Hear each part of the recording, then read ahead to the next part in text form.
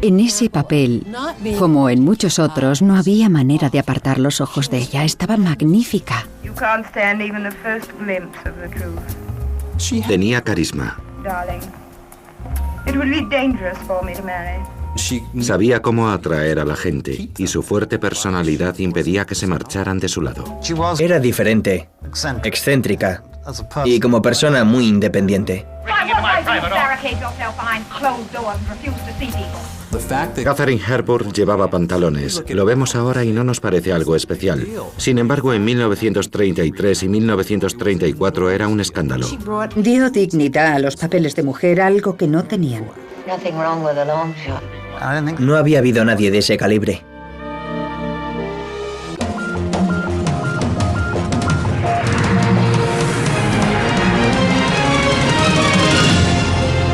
Biografía. Katharine Hepburn.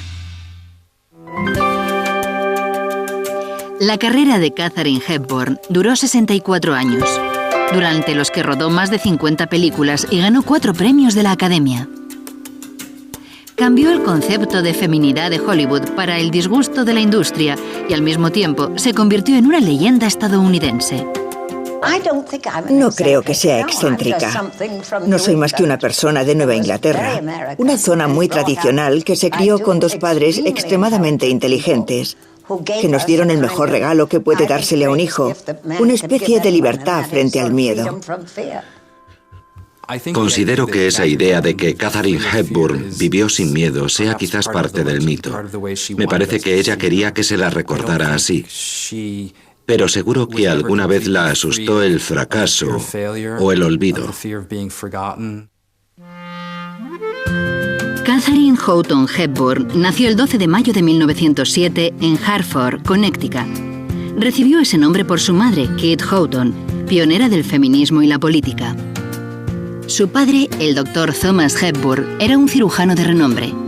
Kate y Hep mantuvieron una unión fuerte y apasionada, algo que siempre admiró Katharine.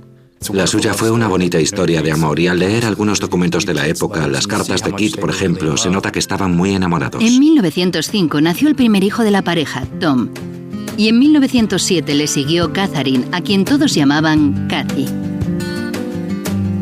Los Hepburn tuvieron además otros 4 hijos, pero Tom y Kathy compartieron un lazo especial. Ella idolatraba a su hermano mayor y fueron inseparables. Mientras Tom se convirtió en un jovencito callado y serio, su hermana, pecosa y atrevida, parecía un chicote. Para competir por la atención de su padre, Kathy se apodó Jimmy y se dispuso a demostrar que podía hacer lo mismo que un chico. Al final de sus días dijo, en mi corazón y en mi alma siempre ha estado Jimmy Hepburn. Creo que si se comprende ese aspecto de su carácter, se puede entender su vida al completo. De pequeña, se preguntaba por qué no iba a intentar ella también lo que los chicos podían hacer. Y ese impulso la acompañó hasta la muerte. No aceptaba que no podía hacer algo solo porque era mujer. El compromiso de Kate por el sufragio femenino la mantuvo alejada de casa en numerosas ocasiones, y Hep era el que se quedaba con los niños. El doctor Hepburn era un hombre inteligente con un sentido del humor pegadizo y un espíritu muy competitivo. Animaba a sus hijos a dar su opinión y esperaba que buscaran la perfección. Despertar el interés de su padre y hacer que se sintiera orgulloso fueron los objetivos de toda su vida. Los Hepburn lideraban causas radicales y Kathy acompañaba con frecuencia a su madre. Se encargaba de repartir panfletos y participaba en los desfiles. No obstante, estas luchas no casaban con las tradiciones de Hartford. Eran muy bohemios. Formaban una pareja poco convencional, en el sentido de que el marido dejaba que su esposa trabajara fuera de casa. Gran parte de la sociedad de Hartford miraba a los Hepburn por encima del hombro, y eso se quedó grabado en la mente de la joven Kathy. Creo que me dejó determinada y me dejó resentida. Me hizo pensar que debía salir de allí para conseguir algo de provecho. Fenwick, Connecticut, una exclusiva zona residencial a orillas del mar, fue el lugar elegido para la casa estival de los Hepburn. Todos los años se reunían allí toda la familia, los Hepburn, los Houghton, además de amigos. Las actividades atléticas ocupaban los días de verano. Todos juntos nadaban, navegaban y jugaban en el océano. Parecíamos una obra de chico, pero una maravilla, y aunque siempre queríamos volver algún día a Hartford, nunca lo lográbamos. Nos pasábamos allí todo el verano. En 1921, cuando Kathy tenía 13 años, se fue con su hermano Tom a pasar las vacaciones de Pascua en Nueva York, en casa de su tía. El día que debían volver a Hartford, este no bajó a desayunar. Kate se ofreció a subir. Estaba segura de que se debía de haber dormido. Al principio, cuando abrió la puerta de la habitación, no lo vio. Sin embargo, al asomarse un poco más, allí estaba. Su hermano se había ahorcado con la cortina clavada en una viga. Tom estaba muerto. Se había estrangulado. Su madre recibió la noticia en casa. Yo estaba sentado en el comedor y llamaron para avisar de que Tom había muerto. Madre se desplomó sobre la mesa.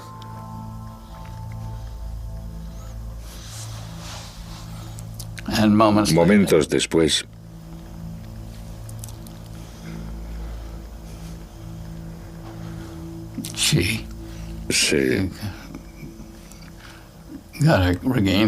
se recompuso.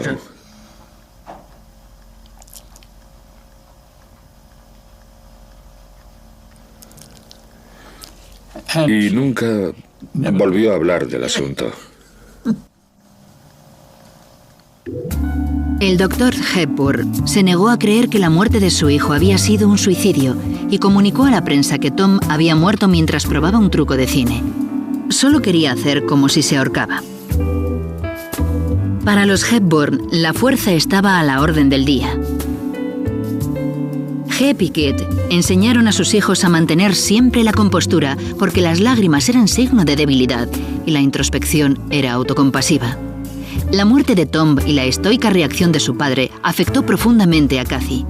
Después de la desaparición de su hermano y mejor amigo, le costó encontrar su lugar en la familia. No llegaba a cuadrar con sus hermanos pequeños, pero todavía no había alcanzado la edad adulta. Se sentía sola y aislada.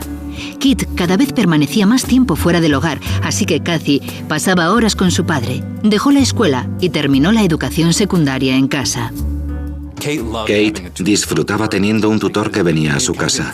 Eso la marcó para toda su vida porque siempre pensaba que la gente venía a ella. No se puede decir que su padre la consintiera porque en realidad le exigía muchísimo. Sin embargo, consiguió llevarlo bien. Kathy se marchó de casa en 1924 para estudiar en Bryn Mawr, Pensilvania. El comportamiento antisocial no la abandonó. Sin el aprecio de sus compañeras de clase, suspendió prácticamente todo el primer curso. Observaba a las otras jovencitas de Bryn Mawr y se decía, no soy tan bonita ni tan encantadora. No tengo tanta experiencia como ellas. Sin duda se sintió aliviada cuando durante el verano llegó a Fenwick una carta de su tutor en la que se le recomendaba no volver. Su padre no quiso ni oír hablar de ello y volvió a enviar a Kathy a Bryn Mawr en otoño. ¿Solo tenía que adaptarse? Entonces se propuso despertar el mismo interés que las otras chicas y lo intentó durante los 2 últimos años. Lo que ella deseaba era ser la estrella. No iban a volver a dejarla de lado porque tenía que estar en el lugar que le correspondía, delante y en el centro. De este modo, Katharine Hepburn continuó con algo que ya había hecho los primeros años de su vida. Empezó a cambiar su apariencia. ¿Cómo consigo lo que quiero? Bueno, tengo que ser encantadora, adorable. Siempre empleaba esa palabra. Si soy adorable, la gente hará lo que sea por mí. Esta vez, en vez de ser Jimmy, Kathy se transformó en Kate. En Bryn Mawr consiguió que sus amigas empezaran a ayudarle con los trabajos y le ofrecieran los papeles principales de las obras de teatro. Kate dejó de estar sola y no volvieron a expulsarla. De hecho, participó en varias producciones escolares y en la primavera de 1928 sus notas habían mejorado lo suficiente para participar en las actividades del Día del Trabajador. Durante el último año, Kate conoció a Ludlow Ogden Smith, de 28 años, a quien llamaba Laddie. Este vivía cerca y pertenecía a un grupo social que atraía a Kate. Laddie provenía de una familia de sangre azul de Filadelfia. Era un encanto y muy guapo. Además, adoraba a Kate.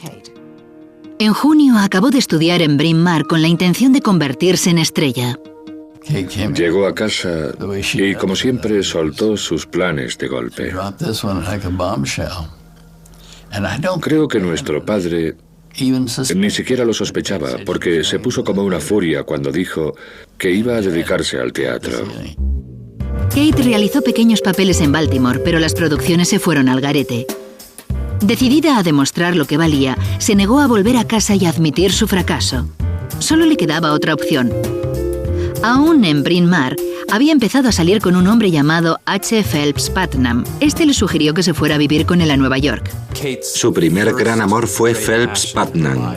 Era poeta, alcohólico y estaba casado. Presentaba los requisitos que volverían a cumplir todos los hombres de su vida. Sin embargo, estuvo coladita por él. Era la persona más feliz del mundo. Vivía con Putnam y por primera vez se había enamorado. 2 meses después de marcharse, obtuvo un papel en Nueva York. Parecía que sus sueños se habían hecho realidad. No obstante, los siguientes meses fueron complicados. No tenía experiencia y se notaba. La despidieron justo después del estreno y para empeorar las cosas, Putnam la abandonó. Con pocas perspectivas de éxito en el teatro y tras la separación de Putnam, Kate encontró consuelo en Laddie, una relación que no se había debilitado. A finales de año estaban casados. Lo más importante de la relación de Laddie y Kate era la amistad que los unía. Eran buenos amigos, amigos íntimos. Cuando ella estaba de bajón, él siempre estaba allí para ayudarla. Sin embargo, su matrimonio nunca fue tradicional ni típico. Poco tiempo después, empezaron a vivir separados y Kate volvió a su gran pasión, el arte dramático. Despertaba más interés por su estilo que por su técnica. Con la ropa informal adoptaba una personalidad libre, pero su franqueza hizo que la despidieran de varias producciones. Está claro que Kate no era la típica joven actriz que intentaba hacerse un hueco en la industria. Ella llegó pensando que era una estrella.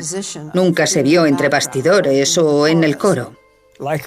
Como muchas actrices únicas que llegaban cargadas de frescura al teatro, le costó que se le reconociera. Era diferente. Y si se es diferente, es complicado que la gente lo acepte con facilidad. Primero deben acostumbrarse.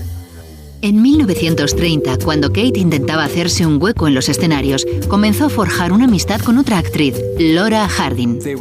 Eran muy parecidas. Laura, al igual que Kate, se había pasado la vida llevando pantalones y había sido el chicote que no se limitaba a estar tranquila sentada, mientras sus hermanos correteaban por todos lados y se lo pasaban bien. Se comentaba que un vínculo poco convencional unía a Kate y Laura. Sin embargo, en su mundo de la sofisticación teatral, no era necesario definir esa amistad. Creo que se enamoraron. Una amiga de ambas me dijo una vez que el gran amor de Kate Hepburn, aparte de ella misma, fue Laura Harding. A través de Laura, Kate conoció a Lila Hayward, un agente de Hollywood y viejo amigo de Harding, que consiguió el primer gran éxito de Hepburn en Broadway. En 1932 encarnó a una reina amazona en The Warrior's Husband. El traje que llevaba acentuaba sus largas piernas. Además, bajaba un tramo de escaleras con un ciervo sobre los hombros. De repente cogía el ciervo y lo tiraba al suelo. Después se abalanzaba sobre su compañero de reparto y luchaba contra él hasta derribarlo. Era algo sorprendente. Hasta entonces ninguna otra mujer había hecho algo así sobre un escenario. Con Hayward como representante se dirigió al oeste y el director John Ford llegó a hacerle una prueba, pero no salió adelante la película. Poco después, George Cukor le hizo otra prueba, pero ella fue su propia directora. Llegué con mucha modestia. Me hice el pelo con mi modestia de siempre. Cogí el material y volqué un vaso. George me dijo: has hecho el idiota, pero has volcado el vaso y has escuchado con una gran ternura y emoción. Y me contrató. Cukor le ofreció el papel protagonista de su nueva película Doble Sacrificio. En poco tiempo, Kate Hepburn, la actriz de Broadway, se dirigía a Hollywood para convertirse en Katharine Hepburn, la estrella de cine.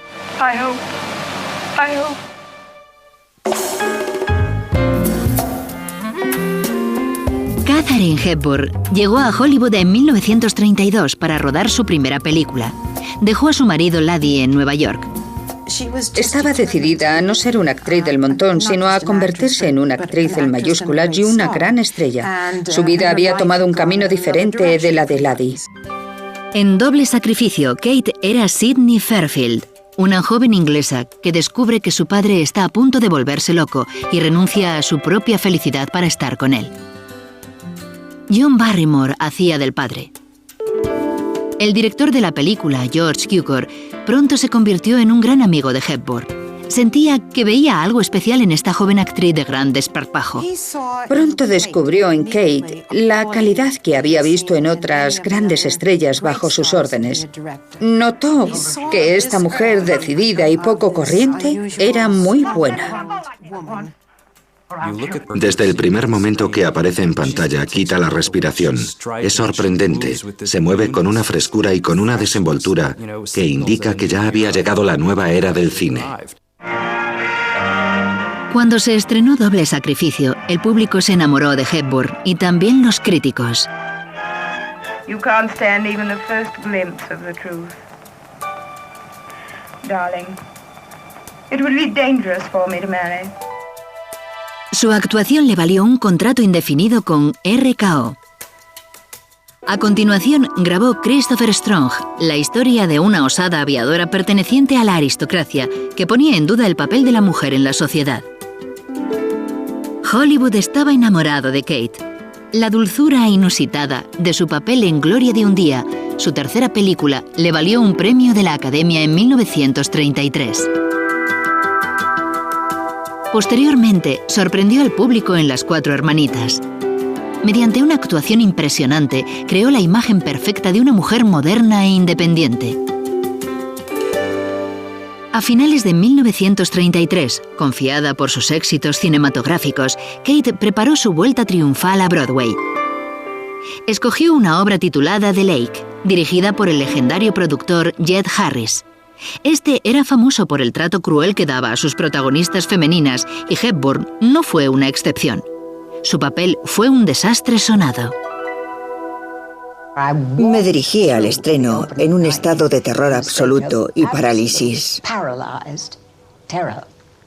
No dejaba de rogarle a Dios que me matara. Deseaba que me partiera un rayo, pero no pasó nada y yo seguía actuando hasta que, finalmente, bajó el telón y el público aplaudió por pena, no porque les gustara. Recibí pésimas críticas. Dorothy Parker, conocida por su ingenio, comentó: «La emotividad de Hepburn ha pasado del sobresaliente al notable».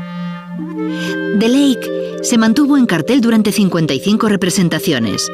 Cuando Jed Harris anunció su intención de hacer una gira, Kate, horrorizada, ofreció una compensación por su abandono. Harris se cobró hasta el último céntimo que tenía la actriz y canceló la obra. La humillación pública de Nueva York llegó a oídos de Hollywood. Los columnistas y periodistas que nunca habían estado muy a favor de Katharine Hepburn porque era demasiado excéntrica, borde y subversiva, se la tenían jurada. Escribieron: «No es la imagen de estrella de cine que queremos». Para recuperar la senda de su carrera, debía transformarse de nuevo y se dio cuenta de que algunos de los cambios necesarios iban a ser dolorosos. Se divorció de Laddie y mandó a Laura al este. Tenía que alejarse de todo tipo de escándalos, así que el marido abandonado y la compañera de alcoba no podían formar parte de la historia de Katharine Hepburn. Era muy fuerte y quería ser cada vez mejor. Si se le decía que no podía hacer algo, eso es lo que quería hacer. Su viejo amigo y agente Leland Hayward se ofreció a ayudarla a crear una nueva imagen en la prensa. Él sabía cómo se jugaba en Hollywood. Era muy inteligente y extremadamente encantador. Además de eso, era agente y creía en ella. Hayward tenía fama de conquistador y pronto se rumoreó que eran pareja y que estaban a punto de casarse. El interés de los medios fue de lo más conveniente porque coincidió con que las películas de Kate no eran tan buenas como se esperaba. Sin embargo, continuaron los problemas en la gran pantalla. RKO la utilizó en una serie de películas históricas que resultó un fracaso de taquilla. El estudio no conseguía aprovechar su personalidad única y moderna para enviarla al estrellato. En 1936, Kate empezó a salir con Howard Hughes. El piloto, un excéntrico millonario, la conquistó con estilo. Tanto Katharine Hepburn como Howard Hughes compartían un deseo extremo de ser famosos. Lo reconoció ella misma, y en 1938 la persona más conocida del mundo era él. Así que Kate sabía que ese romance le iba a venir de maravilla a su carrera, y de hecho así fue. Comprendió que si salía con él llegaría mucho más lejos de lo que se había imaginado jamás. Al final, Howard Hughes la conquistó con extravagancias. Se comentó que una vez aterrizó un pequeño aeroplano en un campo de golf para jugar con ella. Kate estaba fascinada. Howard Hughes era una persona muy inteligente. Además, tenía una cualidad mucho más importante que esa, y es que nunca se daba por vencido. Había conseguido todo lo que tenía con esfuerzo, y yo siempre solía decir que si se hubiera propuesto buscar una aguja en un pajar de China, lo habría encontrado. Nunca abandonaba. Una cualidad maravillosa que yo copié. No obstante, el problema de Kate no era la perseverancia, sino sus películas. RKO no le ofrecía lo suficiente.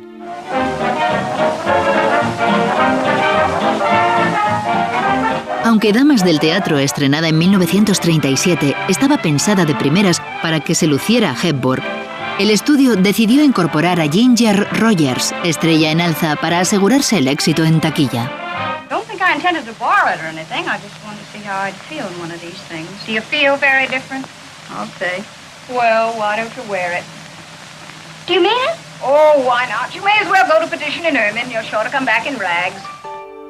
La actuación de Hepburn fue magnífica.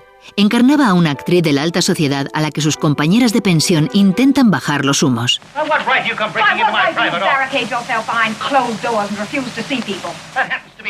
Sin embargo, Damas del Teatro se confirmó como otro fracaso de taquilla. Se anunció que su papel en La fiera de mi niña con Cary Grant era el mejor de su vida, pero la película perdió más de 230.000 euros, mucho dinero en 1937. Los propietarios de los cines aseguraban en los periódicos que Hepburn era un veneno para la taquilla. Al final, RKO perdió la fe en ella y empezó a prestarla a otros estudios. Kate decidió marcharse y rescindió su contrato. David O. Selznick estaba buscando a la perfecta Escarlata O'Hara para Lo que el viento se llevó, su siguiente superproducción. A pesar de haber participado en muchos de sus éxitos, Selznick no pensaba que Kate fuera la actriz idónea para ese papel y al final ella tuvo que aceptarlo. Después de 15 películas en poco menos de 6 años, parecía que se había agotado su carrera. Sin ninguna perspectiva, Kate se marchó de Hollywood y volvió a casa, a Connecticut. Aún así, no quería darse por vencida y empezó a buscar el papel que la devolviera al estrellato. En 1938, Katharine Hepburn vivía en la casa que su familia poseía en la playa de Fenwick, Connecticut. Al parecer, se habían acabado sus días de Hollywood, a pesar del Oscar y la fama mundial. En esos momentos, su carrera estaba en un punto muerto y daba la sensación de que nadie se preocupaba de mandarle guiones. Ese mismo año, Howard Hughes logró un récord al dar la vuelta al mundo en bimotor. Más de 1 millón de personas vieron la cabalgata que se organizó en su honor en Nueva York y Kate estuvo con él. Ambos jugaron al escondite con los periodistas. Para una persona que quería llevar una vida privada, Kate siempre se sentía atraída por el tipo de hombre y acontecimientos que despertaban el mayor interés de la prensa. Sin duda, pasaba eso con Howard Hughes. Howard le pidió que se casara con él en Nueva York. No obstante, la idea se enfrió, como ella dijo, y Hughes volvió a la costa oeste a finales de 1938. Kate permaneció en Fenwick.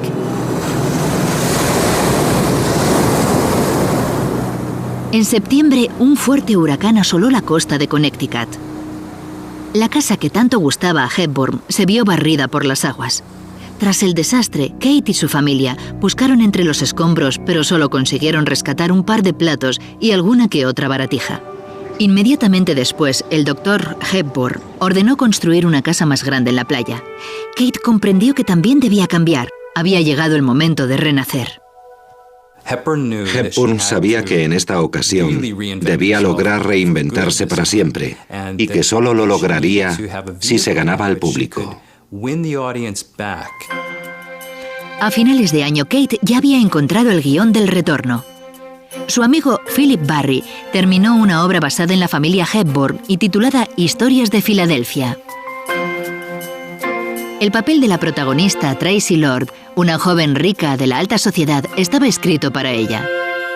A principios de 1939, cuando se estrenó la obra en Broadway, Kate necesitaba un éxito que restableciera su carrera. Un amigo de George Cukor vino al estreno y comentó que no quería que yo hiciera de niña buena, sino que quería que fuera borde con todo el mundo.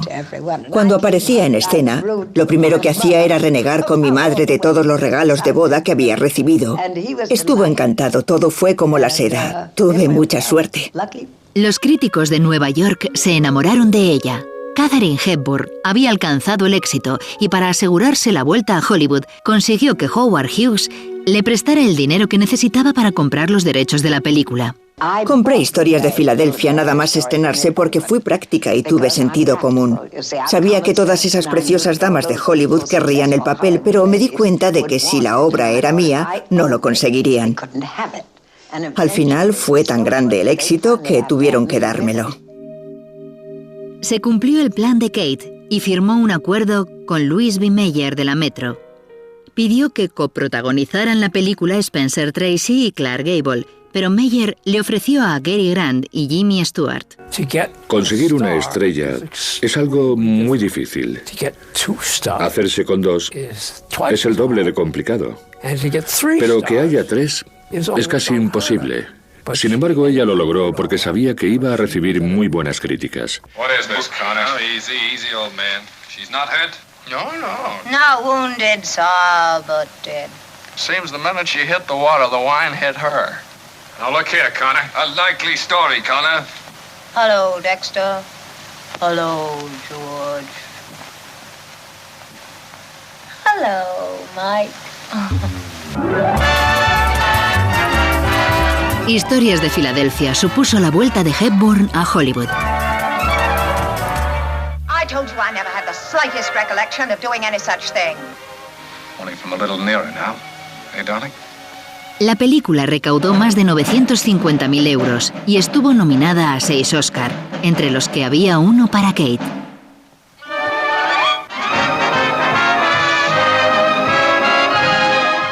De repente, Kate se convirtió en la nueva actriz fetiche de Hollywood. Su papel en Historias de Filadelfia le asignaba un estilo diferente, otra personalidad. No solo se le notaba fuerza, sino también arrogancia. I used to be afraid of that look. The withering glance of the goddess. I didn't think that alcohol would do... Oh, shut up. Kate tomó control de su carrera y en 1941 adquirió una historia llamada La Mujer del Año. Quería que Spencer Tracy coprotagonizara esta comedia romántica y lo consiguió. En ella, un comentarista de deportes, borde y realista, era el oponente de una periodista sofisticada y temperamental. El acuerdo cimentó su reputación de exigente mujer de negocios. Normalmente obtenía todo lo que quería, porque se plantaba en las oficinas de los directivos vistiendo sus característicos pantalones y los ponía a caldo. Kate y Spencer no se conocían, así que ella le abordó en los estudios de la Metro antes de empezar a rodar. Le dijo: Tracy, lo siento, pero me parece que soy un poco más alta que usted. A lo que Spencer le respondió: no se preocupe, Hepburn, ya haré que se ponga a mi altura. Ese diálogo resume el tono de su relación. En el plató de La Mujer del Año, Tracy clavaba los ojos en Hepburn y la actriz, normalmente imperturbable, se ponía nerviosa. No obstante, en la película, los dos daban lo mejor de sí mismos y reinaba la química magnética que existía entre ellos. A las pocas semanas ya se rumoreaba que el romance no se limitaba a la gran pantalla. El tándem que formaban Spencer Tracy y Katharine Hepburn fue un bálsamo para la taquilla. Además, estaba a punto de comenzar una historia de amor legendaria. El éxito de La Mujer del Año determinó el origen del tándem de Spencer Tracy y Katharine Hepburn en la pantalla y fuera de ella. Sí, parece que fue un flechazo. Simplemente se enamoraron y se nota en la película. Fluía una especie de electricidad entre ellos, así que era muy obvio que debía de haber algo entre los dos. Tracy era católico, casado y padre de 2 hijos. Sin embargo, Spencer y su mujer, Louise, llevaban muchos años viviendo separados.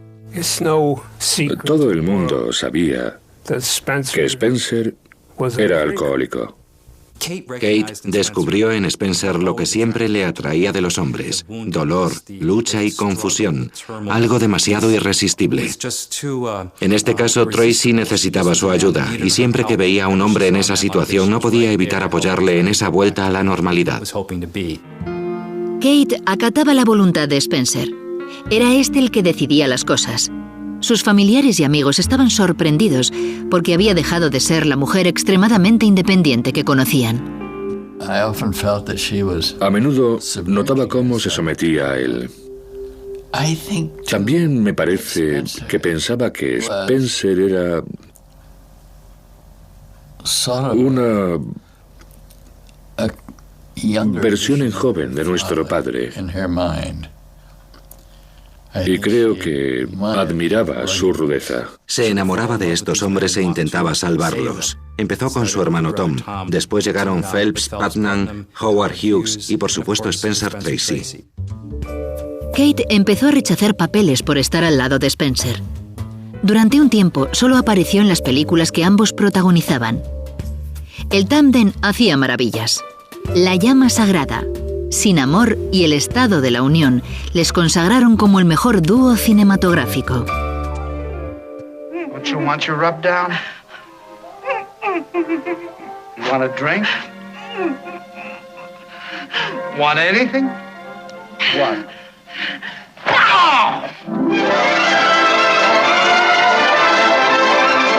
En 1948, Kate y Spencer compartieron cartel con sus amigos Garzón Keinin, la mujer de este, Ruth Gordon, y George Cukor en La costilla de Adán.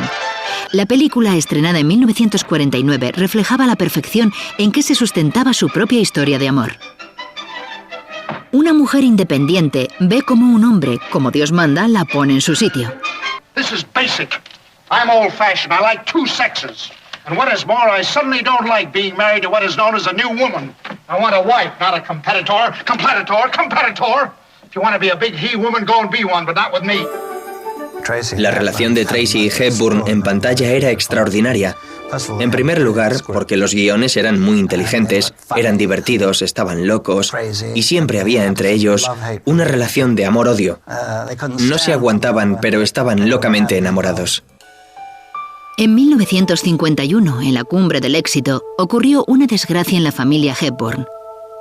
Su madre murió de una hemorragia cerebral. Como era una persona poco dada a la autocompasión, Kate se dedicó de lleno al trabajo y aceptó coprotagonizar La Reina de África. Se hizo gran amiga y admiradora de su coprotagonista, Humphrey Bogart, y su mujer, Lauren Bacall. Kate adoraba trabajar con el director John Huston, que la ayudó a encontrar la clave del personaje de Rose Sayer. Recuerdo que, según ella, una de las mejores pautas que había recibido de un director fue una de John Huston cuando se le acercó y le dijo: «Parece que estás totalmente deprimida. Sonríe. Piensa en Eleanor Roosevelt». Se trataba, después de todo, de un periodista convulso en temas políticos. Una gran parte de Hollywood estaba acusada de comunista y Hepburn, siempre tan sincera, estaba en la lista. Con La Reina de África, Katharine Hepburn, Humphrey Bogart y John Huston intentaron rehabilitarse ante el público. Querían convencerlo de que no eran comunistas, que simplemente eran acusaciones falsas porque ellos eran muy patriotas. I'm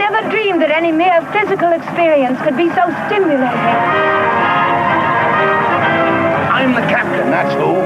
I ain't taking you along. You'd only be in my way. I suppose I was in your way going down the rapids. Then what you said to me back there on the river was a lie about how you never could have done it alone and how you lost your heart and everything. You liar. La actuación de Hepburn en La Reina de África marcó un hito en su carrera. Estuvo nominada al Oscar por un papel que combinaba su fuerza característica y una vulnerabilidad obvia. You promised you'd go down the river. There's death a dozen times over down the river. You promised. Well, I'm taking my promise back. Kate encadenó el triunfo de la Reina de África con La impetuosa.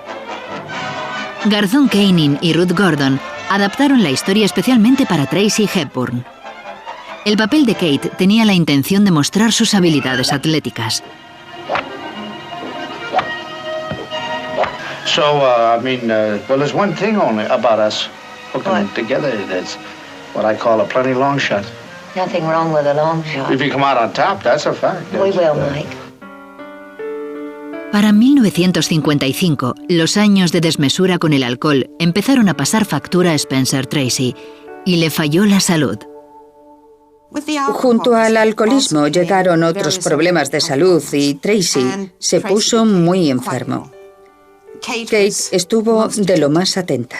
Realmente se convirtió en su musa, su ayudante, su enfermera y todo lo que se puede imaginar. En esos momentos se dedicó por completo a él y le ayudó a recuperarse.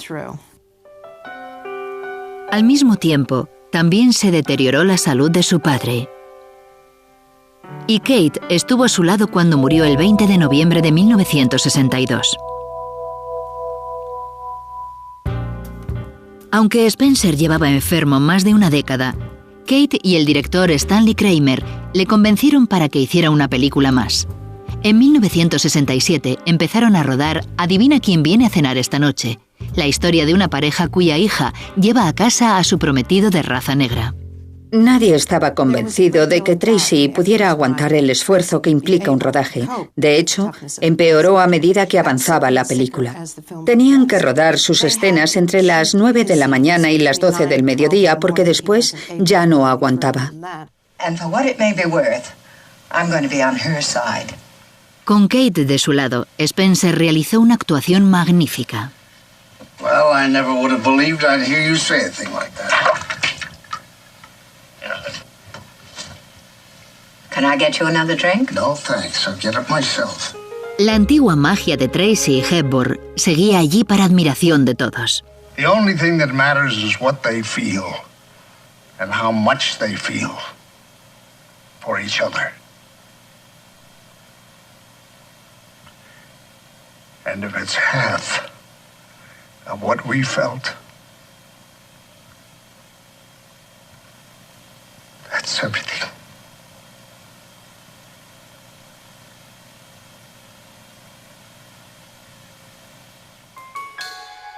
El 10 de junio de 1967, 3 semanas después de que se acabara el rodaje, murió Spencer Tracy. Durante 2 décadas y media, la pareja había intentado llevar su relación en privado. Nunca habló de su desaparición. Algo muy curioso, porque se parece a la actitud de mi madre frente a la muerte de Tom. No se habla de ello, sino que se sigue trabajando. Se hace algo. Katharine Hepburn hizo algo, sin duda. Ganó un segundo Oscar por su trabajo en Adivina quién viene a cenar esta noche y aceptó el premio en nombre de Spencer. Con 60 años comenzó una nueva etapa de una carrera que ya se había expandido durante 3 décadas y media. A partir de entonces, se convirtió en algo más que una estrella de cine, porque Katharine Hepburn estaba transformándose en leyenda. La actriz volvió al trabajo en 1967, poco después de la muerte de Spencer. A los 60 años, una edad a la que la mayoría de artistas femeninas encuentran dificultades para obtener papeles, Kate se puso en la piel de personajes igual de dinámicos que ella. Coprotagonizó El León de Invierno con Peter O'Toole, conocido tirano del plató, quien encontró la horma de su zapato en ella. Desde el principio, entre los actores, ambos tercos, reinó un clima de confrontación. Peter y Kate tuvieron discusiones enormes. Él la llamaba vieja y ella le llamaba cerdo. Sin embargo, de algún modo, se entendían perfectamente. Do you truly care who's king? I care because you care so much. Don't fight me, Eleanor. What would you have me do? Give out, give up, give in? Give me a little peace. A little? Why so modest? How about eternal peace? Now there's a thought. La actuación de Kate le valió su tercer premio de la Academia. El director Anthony Harvey aceptó la estatuilla en su nombre. La llamé desde Hollywood. Debían de ser las 3 de la madrugada, las 7 para ella, y me contestó: ¿de verdad? Yo le dije: ¿pero no estás emocionada? Respondió: venga, Tony, métela en una bolsa de papel por algún lado. Un día estaba en su casa 3 años después, y cuando abrió un armario para coger una caja de bombones o algo así, vi el Oscar. Aún estaba en la bolsa de papel, completamente olvidado. Ni siquiera lo había mandado grabar. En 1969, Kate volvió a Broadway. Esta vez con Coco, un musical basado en la vida de la diseñadora de moda Coco Chanel. Hepburn llegó a Broadway como una leyenda de verdad. En ese papel, como en muchos otros, no había manera de apartar los ojos de ella. Simplemente hacía suyo el escenario.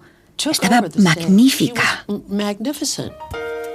Una operación de cadera en los años 70 no aminoró el paso de Kate. Protagonizaba series de televisión y en 1980 volvió a Broadway con West Side Waltz. El mito podía intimidar a sus compañeros de reparto, pero ella usaba el humor para hacer que se sintieran cómodos. Cuando nos conocimos durante un ensayo, me dijo que me llamaría Dot. Nadie me llamaba Dot, pero parecía música en sus labios. Me preguntó si me parecía bien y yo le dije que sí. Entonces quise saber cómo tenía que llamarla yo. Me contestó: ¿puedes llamarme Hereward? Yo me quedé un poco, pero en esos momentos echó a reír. Ese mismo año, Kate protagonizó En el estanque dorado junto a Henry Fonda y pronto cogió cariño a esa otra leyenda del cine. Al principio del rodaje le ofreció uno de los gorros favoritos de Spencer. Fonda no se lo quitó en toda la película. En El estanque dorado cuenta la historia de un viejo cascarrabias que ha decidido morir mientras su adorable mujer de 50 años está decidida a mantenerlo con vida. De nuevo, el papel de cuidadora le venía que ni pintado, puesto que era algo que Hepburn había hecho muchas veces a lo largo de su vida, en la gran pantalla y fuera de ella. You're my knight in shining armor. Don't you forget it. You're gonna get back on that horse, and I'm gonna be right behind you, holding on tight, and away we're gonna go, go, go. I don't like horses. Fonda ganó su único Oscar por este papel y murió poco después. Katharine Hepburn fue la primera actriz en ganar el cuarto. Hepburn continuó dividiendo su tiempo entre Fenwick y su piso de Nueva York. Además, participó en numerosas series de televisión. Take 3. Mark. Action. Is she late? She's right on time.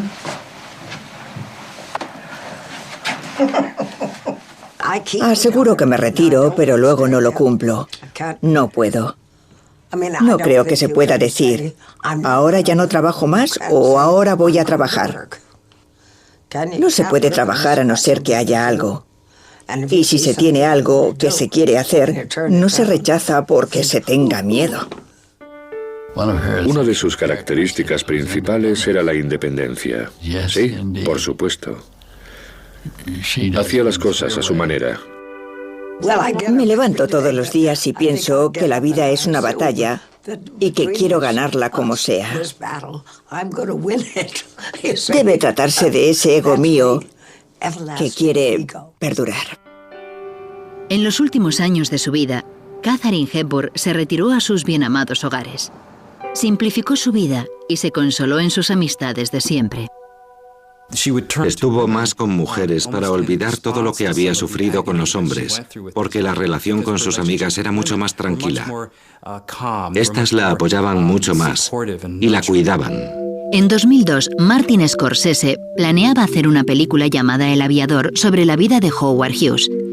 La actriz Cate Blanchett fue la responsable de encarnar a Kate Hepburn. Las dos actrices querían conocerse, pero por entonces Hepburn estaba demasiado frágil para recibir visitas.